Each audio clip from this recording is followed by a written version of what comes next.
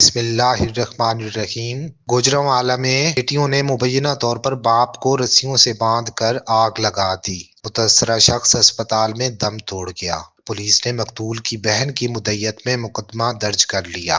گوجرانوالہ میں افسوسناک واقعہ تھانہ سول لائنز کے علاقہ مغل چوک میں پیش آیا، جہاں بیٹیوں اور دو بیویوں کے خلاف علی اکبر کو چارپائی سے باندھ کر آگ لگانے کا مقدمہ درج کیا گیا ہے۔ سول لائنز پولیس نے مقتول کی بہن کی درخواست پر مقدمہ درج کر کے مقتول کی دونوں بیٹیوں کو حراست میں لے لیا۔